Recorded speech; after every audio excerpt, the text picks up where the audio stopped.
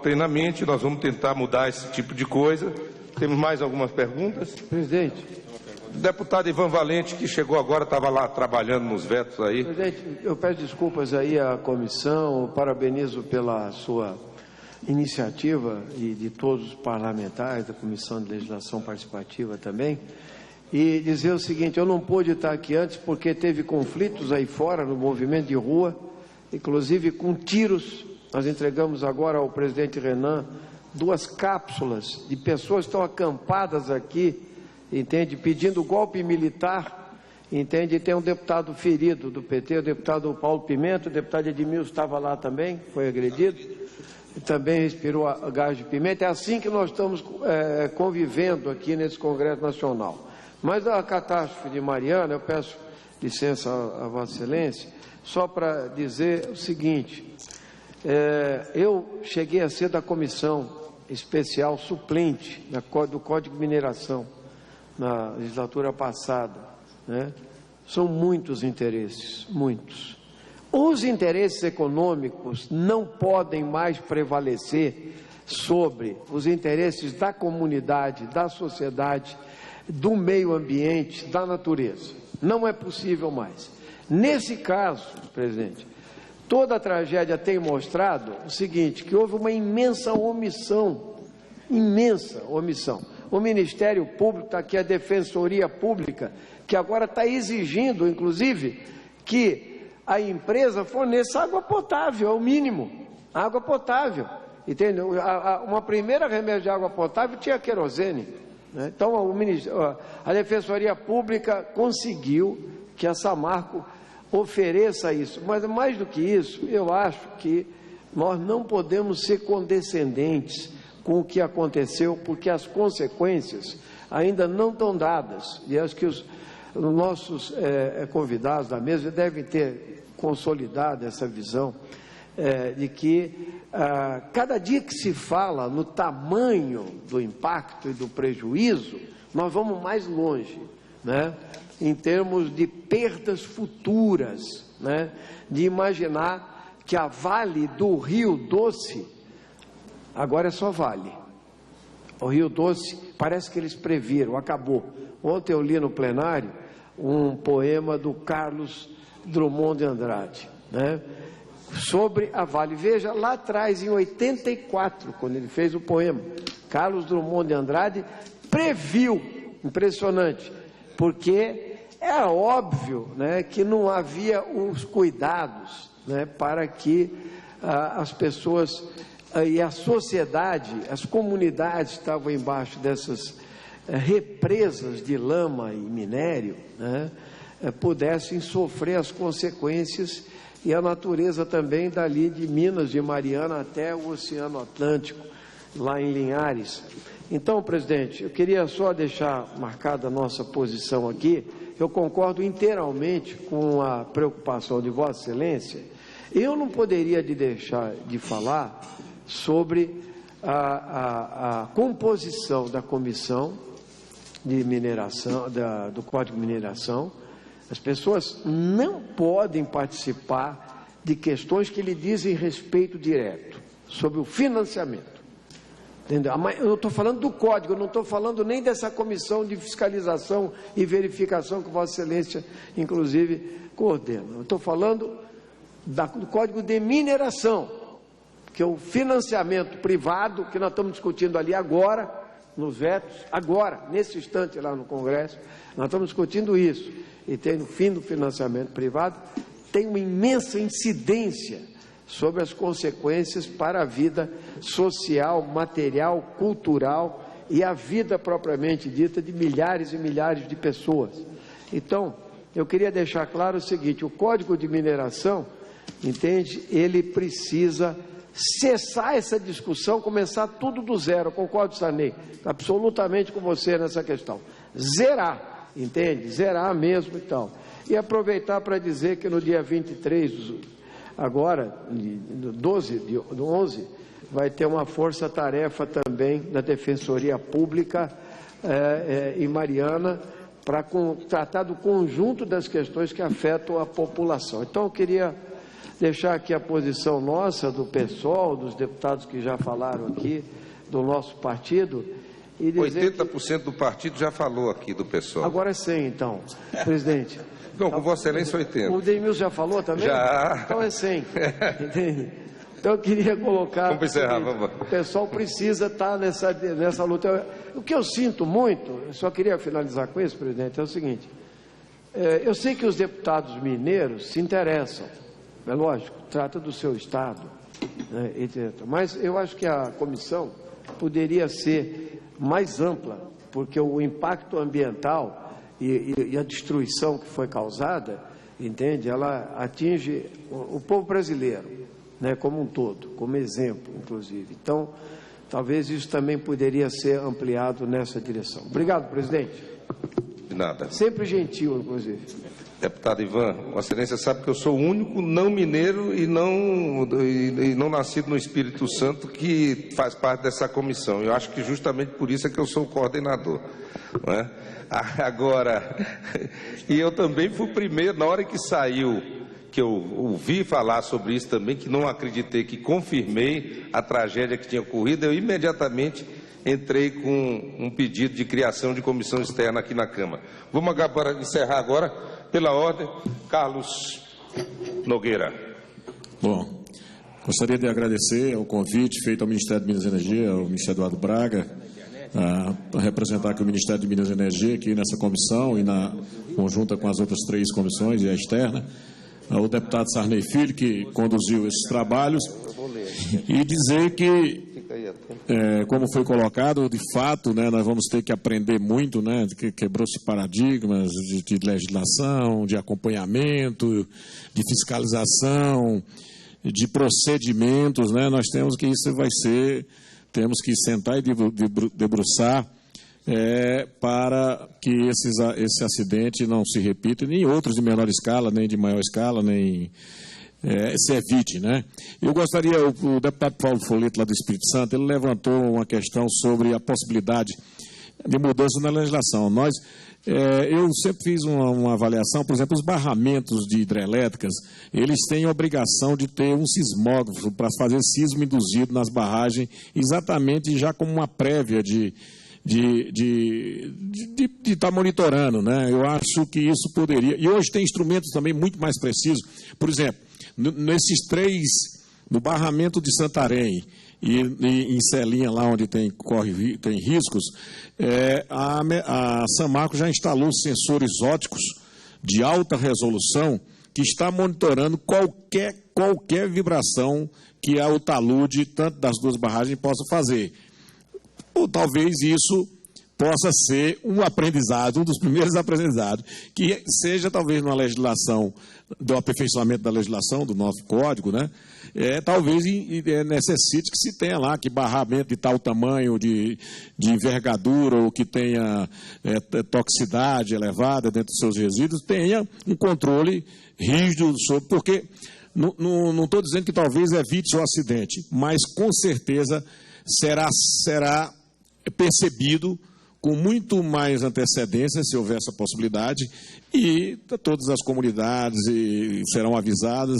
Pode até ter um desastre, mas com certeza risco de morte seriam mínimos. Então, eu acho que isso é uma evolução, né? Eu acho que a gente tem, só para responder, porque o deputado já está lá, olha, a Samarco está monitorando 24 horas, todos esses índices que foi colocado aqui pelo Walter Arcoverde, eles estão lá desde o dia do acidente, eles permanecem os mesmos, né? Os sensores monitorados direto, eles continuam mantendo um 22 para Celinha, um 30 e tantos para não sei se é Tulipa, 1,67 para Germano. Então, está lá monitorando. Qualquer movimentação baixando disso aí, tendendo a 1 é o limite do risco. Então, com certeza, o plano de emergência terá que ser acionado. Então, eu acho que isso é um aprendizado que eu estava colocando. O deputado Glauber saiu aí, ele voltou e saiu de novo.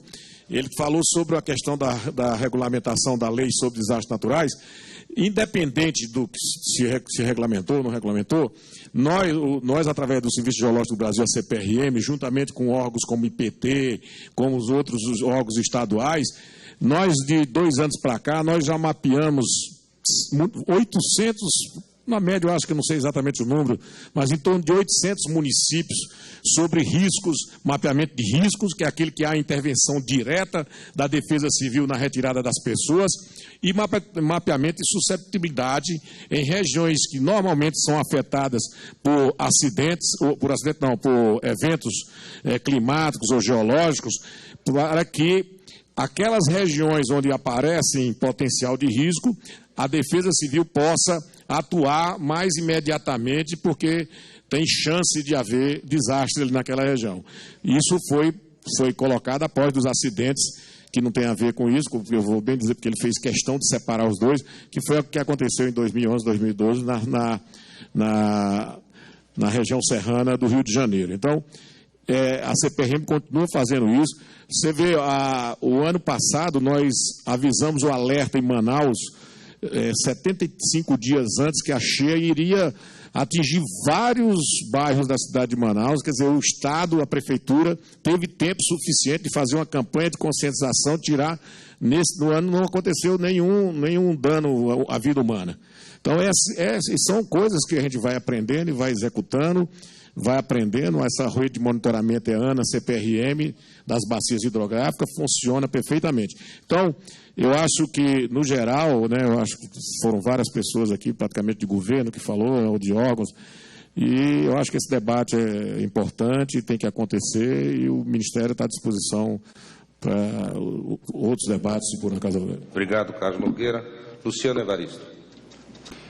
Vou tentar ser rápido aqui. A maior parte das perguntas da fiscalização foi para o DNPM. Deputado Sérgio Vidigal pergunta aqui sobre as operações lá de aplicação de floculantes. Queria deixar o parlamento tranquilo que o IBAMA está trabalhando com especialistas. Então, a decisão nossa de testar um floculante foi uma decisão para tentar aliviar, para fazer o sedimento cair e os impactos ambientais caírem no deslocamento da lama. Isso foi feito numa reunião com 4 grandes especialistas das universidades brasileiras, Universidade de Minas Gerais e Rio de Janeiro. E eles aprovaram a nossa aplicação. Emendando nessa, todo o trabalho, a recuperação daquele rio vai exigir um grandioso esforço. E o IBAMA aqui não vai querer dizer que ele vai ser o bambambam e que vai conseguir tocar a recuperação daquele rio. O presidente do IBAMA está montando um painel de especialistas brasileiros, de especialistas internacionais no assunto, para que a gente possa realmente medir aquele dano lá e apoiar as ações, as proposituras das indenizações das reparações de dano. Então, estamos continuando trabalhando lá, medindo tranquilamente lá o evento, e assim que a gente acabar e chamar esses especialistas para trabalharem conosco, nós vamos fazer a propositura de um trabalho sério, com base científica, para poder tentar devolver a vida ao rio que foi degradado aí por essa tragédia aí. Eu acho que com essa aqui, só com relação às multas, deputado, concordamos com todas as posições dos deputados que falam das multas bilionárias da BP, gostaríamos de tê-las aplicado e aguardamos que o Congresso Nacional nos ajude a consertar. Muito bem. Bem, vamos passar a palavra ao Walter Lins, o último expositor. Vou começar pelo deputado Sérgio Vidigal, que não estava quando eu fiz a apresentação. Deputado, doutor Walter, como o geólogo talvez fosse importante consolidar uma questão, até a secretária respondeu antes de sair. É claro que os resíduos têm óxido de ferro.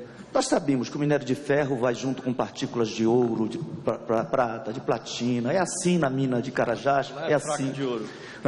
E é claro também que há técnicas de potabilização, até de águas do oceano, quanto mais viabilizar a potabilidade dessa água do rio, que não está tão doce, mas ela pode ser potabilizada.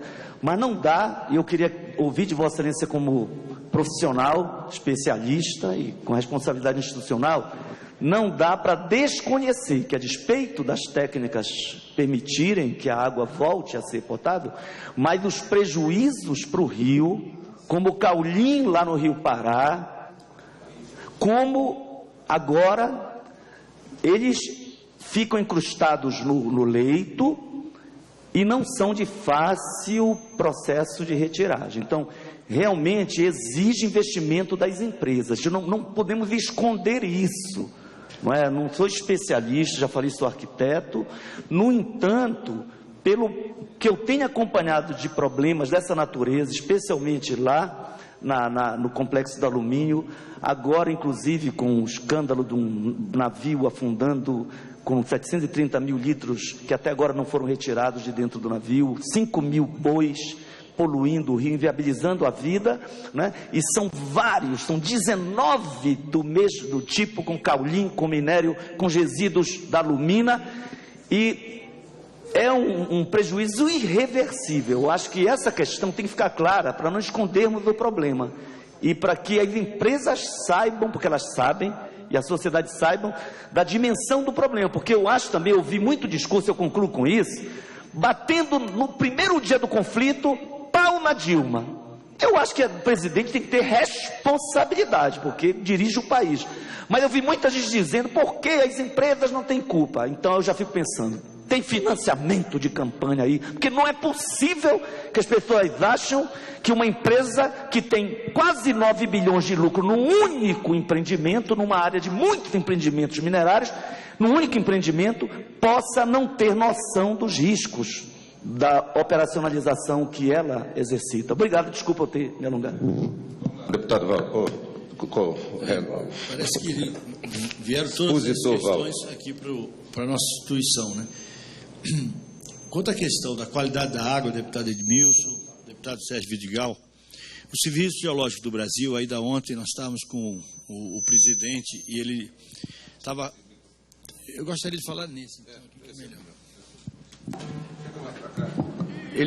Eles coletaram 6 amostras ao longo do Rio Doce, 6 amostras ao longo do Rio Doce da lama que desceu do rejeito, tá? Fizeram análise, eles já tinham esses dados, compararam essas amostras com o material do quadrilátero ferrífero e hoje estavam indo coletar uma amostra onde Fundão estava, na barragem de Fundão que rompeu. Esse laudo deles está para sair brevemente, tá? Eu não gostaria de adiantar. O Serviço Geológico está com a responsabilidade de divulgar esse laudo. Tá? Ontem à noite... Né? Nós vamos, deputado Edmilson, desculpe só a interrupção, nós vamos requerer esses laudos todos, Isso. Quanto antes. Hoje mesmo já estou oficiando para todo mundo pedindo esses laudos. Agora... Para esclarecer, o Serviço Geológico, junto com a ANA, vai tentar cobrir, é óbvio que as análises demoram para fazer o procedimento e cobrir todo o espectro. Então, primeiro, fazer um levantamento histórico do background da região. O quadrilátero ferrífero é uma província polimetálica, gente. A erosão natural de chuva, de enxurradas, mexe e erode, intemperiza solos e transporta esse material naturalmente para a calha de rios. Nós temos que ter preteritamente os órgãos, coletar os dados anteriores e estudar os dados posteriores para fazer uma comparação entre o que tinha no leito do rio antes do acidente e o que tem depois do leito do rio. Outra coisa são os tipos de análise. As empresas de água analisam água, o Serviço Geológico analisa água, analisa solo e rocha, porque o mineral, ele inerte, ele dentro da rocha, ele não causa... Senão ninguém andava em cima de rocha em lugar nenhum. Agora, o processo dele, a cominição, a liberação dele, é que ele em solução ou em suspensão pode vir processo. Então, nós estamos fazendo todos esses trabalhos e comparando junto com a ANA para fazer um diagnóstico preciso para evitar essas falas desencontradas. Muito bem, Walter. Sérgio Vidigal, os pilares da Política Nacional de Segurança de Barragens são quais? A responsabilidade legal da segurança da barragem é do empreendedor. Isso foi uma discussão aqui no Congresso Nacional. O Brasil, quando tomou essa atitude, ele avançou naquela máxima que o lucro é privado e o prejuízo é público.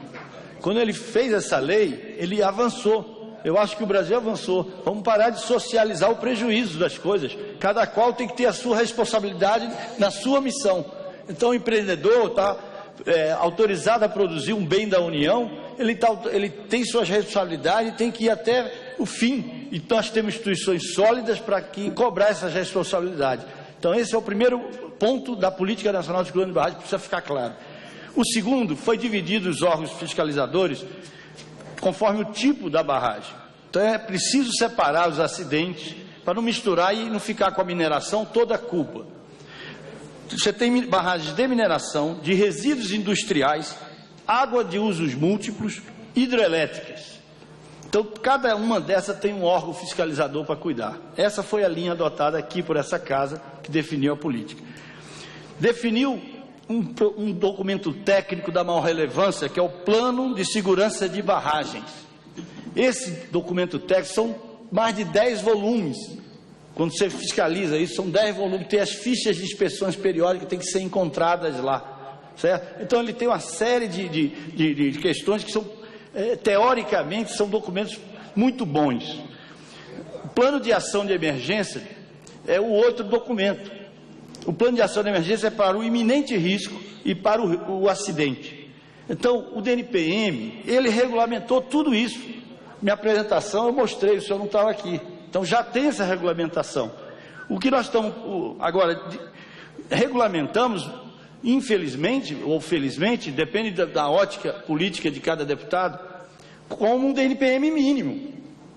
Porque nós lá no DNPM vivemos um estado mínimo.